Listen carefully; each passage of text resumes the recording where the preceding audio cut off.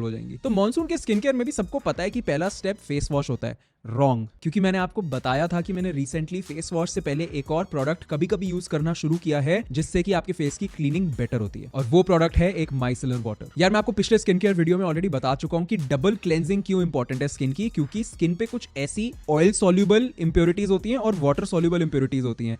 Face wash सिर्फ water soluble impurities को हटा पाता है। जो तगड़ी वाली ऑयल सॉल्युबल इंप्योरिटीज है उनको हटाने के लिए आपको माइसेलर वाटर यूज करना पड़ेगा, और इसी को डबल क्लेंजिंग कहते हैं। तो माइसेलर वाटर ना सबसे फेमस और काफी अच्छा काम करने वाला है गार्नियर का आता है, जो कि बहुत बढ़िया काम करता है फेस के ऊपर। आपको बस ये थोड़ा सा लेना होता है कॉटन पैड पे और अपने फेस पे एक बार सिंगल बिना ज्यादा घिसे वाइप करना होता है। एक बार में सारी ऑयल वाली निकल जाती है इंप्योरिटीज। अब वैसे इसका एक एडवांस फॉर्म भी होता है ऑयल क्लेंजर, जो कि एक फेस शॉप नाम की कंपनी का आता है, वो मैं लगाता हूँ कभी कभी, बट वो महंगा है तो मैं उसको ज्यादा बार यूज नहीं कर पाऊंगा, इसीलिए मैं गार्नियर वाला यूज करता हूँ। बाय द वे ये बिल्कुल भी स्पॉन्सर्ड वीडियो नहीं है, ये वही प्रोडक्ट्स बताऊंगा इस वीडियो में जो मेरे को काफी पसंद है और मेरे ट्राइड एंड टेस्टेड है। और मैं ये भी क्लियर कर दूं कि मैं एक ही सेम प्रोडक्ट हर बार नहीं यूज करता। मे बी वो इसलिए है क्योंकि मेरे को स्किन केयर कंटेंट बनाना होता है, तो मैं हर महीने 2 महीने 3 महीने में प्रोडक्ट चेंज करता रहता हूँ, नए नए प्रोडक्ट्स ट्राई करता रहता हूँ। इसलिए एक्चुअली मेरी स्किन, क्योंकि अलग अलग चीजें यूज करोगे तो स्किन थोड़ी सी खराब भी होती रहती है, बट मुझे आप लोग के लिए वो कंटेंट बनाना है और मेरे को रिव्यू करने होते हैं सारे प्रोडक्ट, इसलिए मैं अलग अलग प्रोडक्ट्स यूज करता हूँ और सारे अच्छे वाले रिकमेंड करता हूँ। अब एक बार आपने माइसेलर वाटर यूज कर लिया है तो नेक्स्ट आता है एक फेस वॉश। अब देखो यार, जो बारिशें होती हैं वो एसिडिक होती है और ऑब्वियसली ह्यूमिडिटी भी एसिडिक होती है। तो अगर आप अपना फेस बहुत जबरदस्त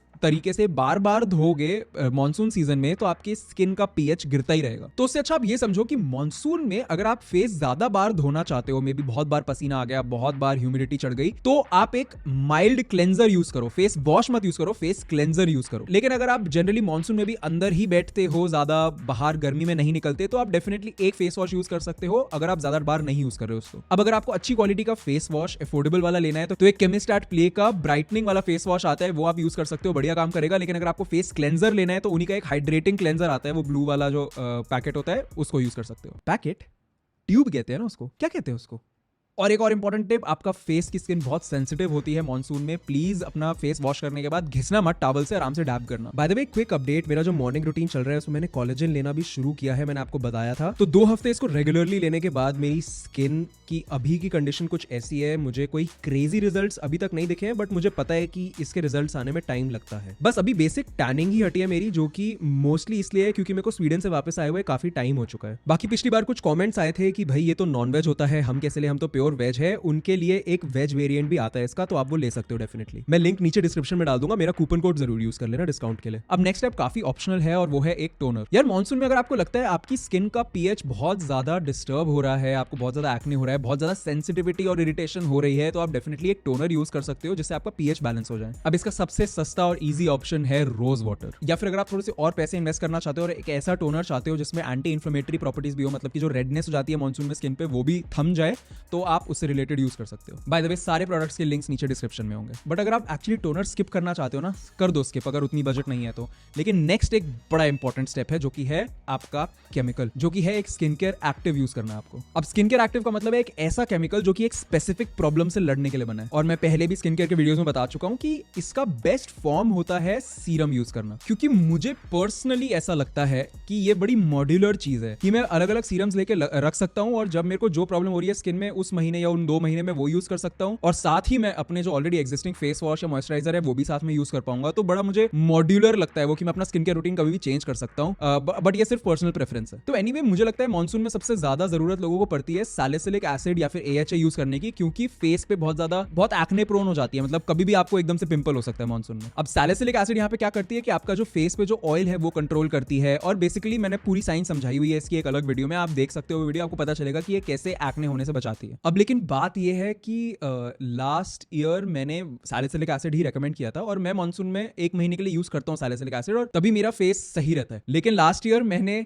मेरे एक फ्रेंड ने यही वीडियो देखा, मेरा स्कूल का फ्रेंड है, उसने वीडियो देख के सैलिसिलिक एसिड यूज करना शुरू किया, और उसका फेस पे उसको थोड़े से ब्रेकआउट्स होने शुरू हो गए, और ऐसे थोड़ी स्किन फटनी सी शुरू हो गई, जिसका मतलब है कि उसकी स्किन एक्स्ट्रा ड्राई हो गई। तो ऑब्वियसली यहाँ पे पॉइंट ये है कि उसने इससे पहले कभी कोई सीरम यूज नहीं किया था, इसीलिए उसकी स्किन पे एकदम से रिएक्ट करने लग गई। तो आपको ये समझना पड़ेगा कि जब भी आप एक्टिव्स यूज करना शुरू करते हो, जैसे कोई भी केमिकल यूज कर रहे हो अपनी स्किन पे, कोई नई सीरम यूज कर रहे हो, या फिर पहली बार लाइफ में सीरम यूज कर रहे हो, तो ऐसा होगा कि आपकी स्किन स्टार्टिंग में उसको उतने अच्छे से एक्सेप्ट नहीं करेगी। मैंने भी जब आज से 3-4 साल पहले सीरम्स यूज करने शुरू करे थे, 2.5-3 साल पहले, तब एकदम से मेरी स्किन ने बहुत अच्छी नहीं बन गई थी, शुरू में थोड़ी सी अजीब सी हो गई थी, उसके 2-3 महीने के यूज के बाद अच्छी हुई थी। तो आपको ये बात समझनी पड़ेगी कि, और ये भी समझना पड़ेगा कि हर प्रोडक्ट सबको सूट नहीं करता। सैलिसिलिक एसिड वैसे इतना कोई क्रेजी चीज है नहीं, अगर आप 5% वाला यूज करोगे तो कोई प्रॉब्लम नहीं हो सकती आपको स्किन पे। लेकिन फिर भी अगर आपको लगता है कि आपकी स्किन बहुत ही अजीब है, अलग तरीके से रिएक्ट करती रहती है हर चीज को, तो प्लीज एक डर्मेटोलॉजिस्ट को कंसल्ट करो। डर्मेटोलॉजिस्ट मतलब स्किन का डॉक्टर। अब सीरम के बाद नेक्स्ट स्टेप आता है कि आपको फेस को करना है मॉइस्चराइज, और मेरे हिसाब से आपको मानसून में तो एकदम लाइट वेट मॉइस्चराइजर्स यूज करने चाहिए, जैसे कि आप एलोवेरा जेल भी यूज कर सकते हो। मेरे को नहीं पसंद एलोवेरा जेल,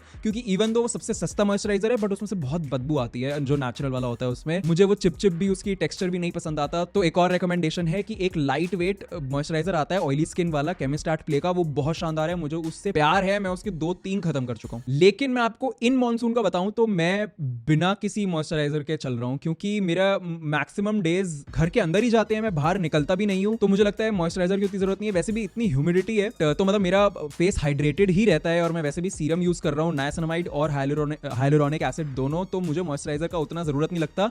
मैं डायरेक्ट आ जाता हूं उसके बाद वाले स्टेप पे, जो कि है सबसे इंपॉर्टेंट चीज पूरे स्किन केयर की। आपको इससे पहले की कोई चीज नहीं करनी भाई, मत करो। सनस्क्रीन आपको लगानी है, पहले भी बता चुका हूं। अब मुझे पता है कुछ लोग कहेंगे भाई बारिशों में हमें दिखता तो है नहीं सन, पूरा टाइम तो क्लाउड्स होते हैं, तो भाई क्या बादल है तो क्या मतलब सन मर थोड़ी ना गया है भाई। सन का मतलब ये नहीं है कि वो लाइट तुम्हारे पे पड़ रही है नहीं पड़ रही, यूवी रेज की बात है, उनसे प्रोटेक्ट करने के लिए आपको सनस्क्रीन लगानी है। और सनस्क्रीन आपके लिए कौन सी अच्छी है, कौन सी मार्केट में जो मिल रही है, उनके सारे टेस्ट करके बेस्ट कौन सी है, इन सब पे हम बहुत सारे वीडियोस बना चुके हैं, आप वो सारे वीडियोस जाके देख सकते हो और एक अच्छी सनस्क्रीन अपने लिए चूज कर सकते हो। अब नेक्स्ट आता है कि फेस का तो स्किन केयर कर लिया भाई, बॉडी पे भी तो स्किन है, आपको प्लीज प्लीज प्लीज रोज नहाना है और एक बहुत शानदार बॉडी वॉश यूज करना है आपको। तो जनरली अगर आपकी बॉडी की जो स्किन है उसमें से बहुत ज्यादा पसीना आता है, बहुत गंदी हो जाती है जल्दी, ह्यूमिडिटी से बहुत अफेक्ट होती है, तो आप सैलिसिलिक एसिड वाला बॉडी वॉश यूज कर सकते हो, वो आपको बहुत हेल्प करेगा। आपके जो बैक पे एक्ने हो जाते हैं मानसून में, वो भी बहुत कम हो जाएंगे। और अगर आपको इतना ज्यादा इफेक्ट नहीं होता है मानसून में, आपकी बॉडी की स्किन पे आपसे ज्यादा पसीना नहीं आता है, तो आप नाइसिनामाइड वाला यूज कर सकते हो, वो भी आप मान लो कि ऑलमोस्ट सेम इफेक्ट है बट थोड़े से कम स्ट्रेंथ में, तो इससे डेफिनेटली आप में से बदबू कम आएगी मानसून में। क्योंकि आपको पता है कि बॉडी ओडर क्यों होता है मानसून में, बहुत सारे बैक्टीरिया जमा हो जाते हैं जब भी ह्यूमिडिटी ज्यादा होती है। आपको बेसिकली वो ह्यूमिडिटी और वो ऑयल का जो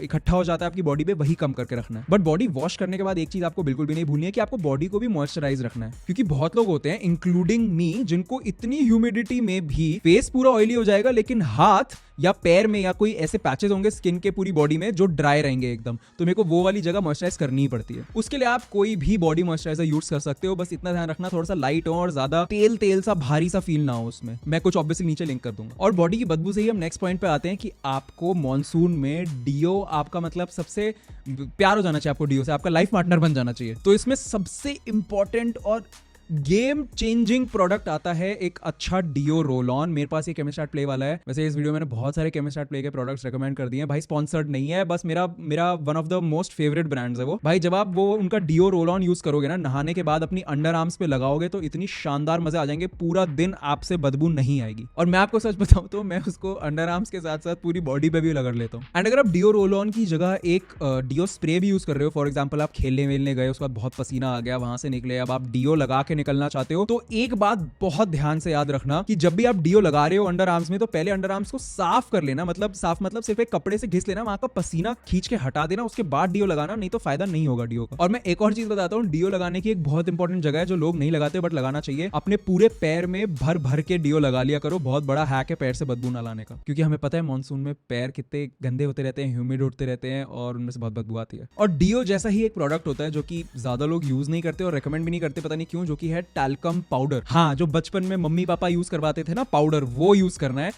स्पेशली नीचे प्राइवेट एरियाज पे, जिससे कि फंगल इन्फेक्शन के चांसेस कम हो जाएं, जो कि मानसून में बहुत ज्यादा होते हैं। वैसे आपको पता है नीचे प्राइवेट एरिया पे लगाने के लिए एक और प्रोडक्ट आता है, एंटी शेफिंग डिओड्रेंट। अब इससे आपके प्राइवेट एरिया से बदबू भी नहीं आती, तो आपकी गर्लफ्रेंड आपको हाथ जोड़ के थैंक यू बोलेगी। एंड साथ ही एंटी शेफिंग होती है उसमें, मतलब कि अगर आपकी प्राइवेट एरिया घिसता है एक दूसरे से, तो ज्यादा उसकी वजह से रैशेज नहीं होंगे, फंगल इन्फेक्शन नहीं होगा। अब मेरे को ऑनेस्टली इंडिया में एंटी शेफिंग डिओड्रेंट मॉइस्चराइजर नहीं मिला है, आपकी बॉल्स वाला, आपकी बॉल्स मतलब इन जनरल बॉल्स वाला मुझे जो भेजा था मैंसकेप्ड कंपनी से भेजा था होजे जुनीगा ने, आज से 2 साल पहले। मैं काफ़ी प्राउड हूँ उस चीज़ के लिए कि होजे जुनीगा ने मुझे अपना प्रोडक्ट भेजा था, बट मेरे को इंडियन मार्केट में वैसा कुछ नहीं मिला है अभी। अब आप बोलोगे कि जब प्रोडक्ट ही अवेलेबल नहीं है तो इस बारे में बताया क्यों, तो मेरा बस रीज़न ये है कि मेरे को फ्लेक्स करना था कि होजे जुनीगा ने मेरे से बात करी थी एक बार मेल पे, एक मेल। अब नेक्स्ट आता है कि आपने अपनी स्किन तो बचा ली, एक चीज़ आप भूल रहे हो, बाल मॉनसून में बहुत क्रेजी हेयर फॉल होने लग जाता है बहुत लोगों को, प्लीज उससे डरो मत, वो बहुत नेचुरल है, वो होगा ही होगा। आपको जो आपका नॉर्मल हेयर केयर रूटीन है शैम्पू करने वाला, जो आप 2 या बार या कुछ लोग 3 बार कर रहे होंगे पूरे हफ्ते में, उसके साथ बस इतना ध्यान रखना है कि आपको कंडीशनर रोज यूज करना है ताकि आपके बालों में ज्यादा फ्रिज ना हो, मतलब वो मॉनसून के ह्यूमिडिटी की वजह से आपस में एंटेंगल ना हो जाए, उलझ ना जाए और खिंच के एक दूसरे से टूट ना जाए। तो जब आप कंडीशनर लगाओगे तो जो आपके हेयर के स्ट्रैंड होते हैं उनके ऊपर मान लो एक तरीके से मॉइस्चराइजेशन हो जाता है और वो एक दूसरे से उलझते नहीं है, तो टूटते कम है। साथ ही मैं ये भी रेकमेंड करूंगा कि आप अगर छोटे बाल रख सकते हो, थोड़ा छोटा हेयर कट रख सकते हो, तो वो बेटर होगा, उससे हेयर फॉल कम होगा आपको मॉनसून में। बाय द वे मैं आपको ये बताना चाहता हूँ कि हम किसी एक लकी सब्सक्राइबर का ट्रांसफॉर्मेशन करेंगे हमारी शॉर्ट्स पे। जैसे इस वीडियो पे 10,000 लाइक्स कंप्लीट होंगे, आपको बस नीचे कमेंट करके बताना है कि आपकी स्किन मॉनसून में थोड़ी सी अलग हो जाती है या नहीं होती है, या फिर आपको हेयर फॉल ज्यादा तो नहीं हो जाता है। ये सब एक्चुअल चीजें बताओ, मैं तो पूरी थ्योरी पे चल रहा हूँ, मेरे को अपने सब्सक्राइबर्स के बारे में भी जानना है। एनीवे हम हेयर की बात कर रहे हैं तो मैं नेक्स्ट आता हूँ एक अलग जगह के हेयर पे, मतलब हाँ एक्चुअली वो भी इंक्लूडेड है। आपको फुल बॉडी ग्रूमिंग भी करनी चाहिए मेरे हिसाब से, जिसका बेसिक सा मतलब ये है कि आपको ट्रिम कर लेने चाहिए अपने बॉडी के बाल, स्पेशली वो लोग जिनके बहुत ज्यादा ग्रोथ है। और ऐसा मैं इसलिए कह रहा हूँ क्योंकि